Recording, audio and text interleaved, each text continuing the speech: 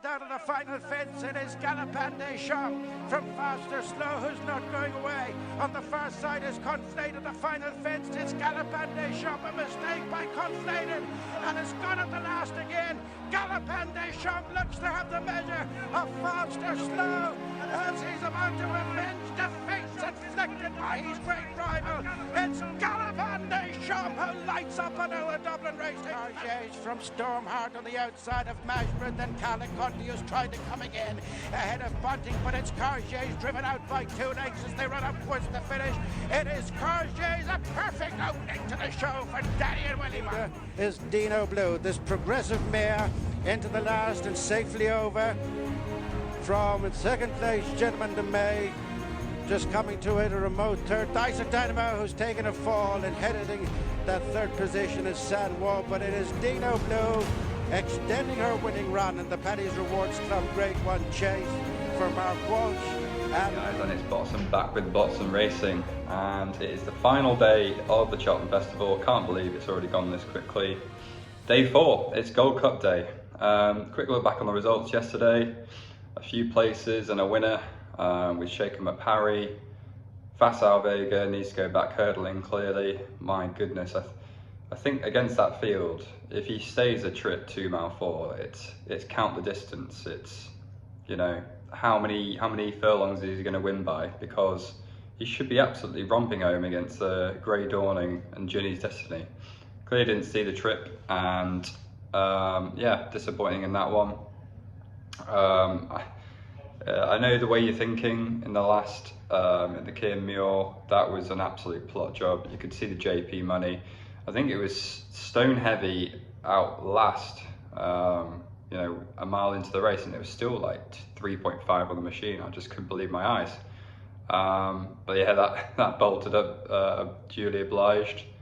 And yeah, the Mares Novice Hurdle was really interesting as well.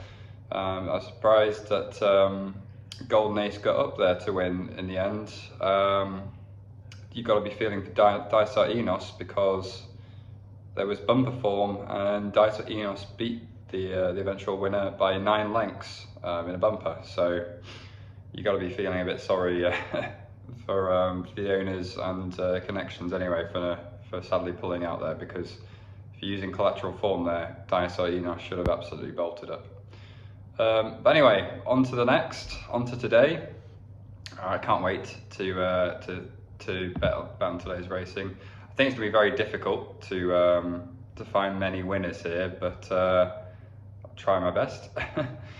And the first is the Triumph. Now, I've been absolutely filled in here by Henderson pulling out Sagino. I was on at massive prices, 16s, 12s. Backed it at 5s before when it ran against that Ascot horse that went hurdling. I can't remember the name of it. It was awful though. Anyway, yeah, so it's left the market wide open. Margeboro's has been an absolute drifter from 3s out to 8s on the machine. I think Kargese is probably the main play here. I think the horse has done nothing wrong. Won last time out, beating Stormheart in length and a quarter. Did also get bumped as well, so it's probably still a bet on Kargese. And I'll probably play as well. I want to give Ethical Diamond another go. Willie Mullins said this horse was a one to really watch this season. He's done absolutely fuck all, but I'm willing to give him one last chance. And at 28s, he's definitely probably a play. So yeah, Kargese and Ethical Diamond each way. In the second, it is the County Hurdle. With Danny Skelton's horses firing left, right and centre, one can only imagine that Low de Sud's going to bolt up here, and it is probably my bet here. I think this has definitely been campaigned for this race. Last time out, travelled really nicely before getting pegged by a Berico Lord, who's ended up supplemented for the Champion Hurdle. Yeah, I think that's a really nice bit of form. Off a mark of 135, well in the weights, and definitely one that can probably go on further and reproduce that result. 7-2 best price I'm seeing at the moment, and it is definitely a bet in this race anyway. The other one each way I saw was Bialystok. I think him at 16s is a nice each way play into the race. He got brought down last time out off a mark of 139. He's always touted. Likely we'll see some money before the off on this one. And again, I just think he's a nice sort of an each way angle into the race. Definitely likely a place anyway. The other one that did caught my eye was obviously Favois, who won this. Won this last year? Definitely won a race on the Friday last year at Cheltenham. He's one to watch again, another skeleton horse. And Kingsfield was an interesting one for me as well. Third behind Ballyburn by 14 lengths. Off a mark of 140, you'd like to think that's a little bit low. Beat Mirazor West by 6 lengths. Second behind Farron Glory. Second behind Slade Steel by 5 lengths. You know, these bits of form are quite nice. I know they only marked 140 really. Actually, when you look back at it, it's actually quite a decent mark, to be fair. Quite low really, considering Slade Steel and Ballyburn have both reproduced that form at the festival. But I'll stick with Lodersud at 7-2 and Bialystok at 16s each way. On to the third race we're firing through. Reading Tommy Wrong is a really short price here for the Bartlett. probably will win, but I can't be tipping up a 5-2. He's too short. The price is gone, especially with the Bartletts. If you look at the price SP last year and the year before, and the year before that, they always are double-figure prices. I really wouldn't want to be, sticking and filling into a 5-2 poke in a Bartlett. It's one of those where he's done absolutely nothing wrong. He was really nice and really nice bit of form last time out in the Lawlers and Lace, battling back against Il Atlantique. Now he ran a decent race in the Ballymore, didn't he, in the Gallagher's Novice, and I don't know if it backs the form up a lot, but going 3 miles, he hasn't done that since his point to point. You've got to question that, and you've probably got to be one to take on here. The one I was looking at, for me, I was looking at Gidley Park, but again, he's too short. Captain Teague, Paul Nicholls haven't been really firing in except for the handicappers, so can't really back a horse in a graded race. Dancing City was nice last time out, but the one for me that stuck out was Lucky Watson. I think he's a decent bet here. I think he really likes 3 miles. He came third last time out, behind Reading Tommy's Wrong. 7 lengths over 2 mile 4 again, but I think he'll like this step up and trip. And I think 14s is a nice place angle into this race. And the other one was Jukebox Man at 18-1 for Ben Pauling. He's due a winner. He finished third behind Captain Teague, 2 lengths behind, over 2 mile 4. Again, I think 3 miles is definitely his race. Definitely will improve step up and trip. If you watch his run last time out, he was staying on really nicely. So 18s for Jukebox Man each way, and Lucky Watson 14s each way. Moving on to the Gold Cup. Can you believe it? This should be anyone's race if Galopin Deschamps isn't running, but he is running and he's gonna win. This will be back-to-back Gold Cup victories, and I just can't see him losing here. With Shishkin pulling out, Hewitt pulling out, these are the main worries for me. He's absolutely battered Jerry Colon last time out, winning by 20 odd lengths, and this should be, I don't see any other challenges really. Fast or slow, 8s is probably a good bet each way. Mahon Press probably will like the ground, but I don't really want to back a Venetia Williams horse. Corrick Rambler, that's going to see decent money. Probably a bad result for the bookies if that places. But looking down the field, I can't see much else into the race other than the 2 other each way pokes, which I've stumbled on is Gentlemansgame and the Real Whacker. I think these are cracking bets each way. I think Gentlemansgame hasn't done an awful lot wrong. He's coming in absolutely fresh after a layoff of about 3, even longer, about 4 or 5 months here. It's not a bad thing. He did beat Brave Man's Game, albeit in a in a race that Bravemansgame was travelling really strongly, and then clipped the last and didn't run his race at all.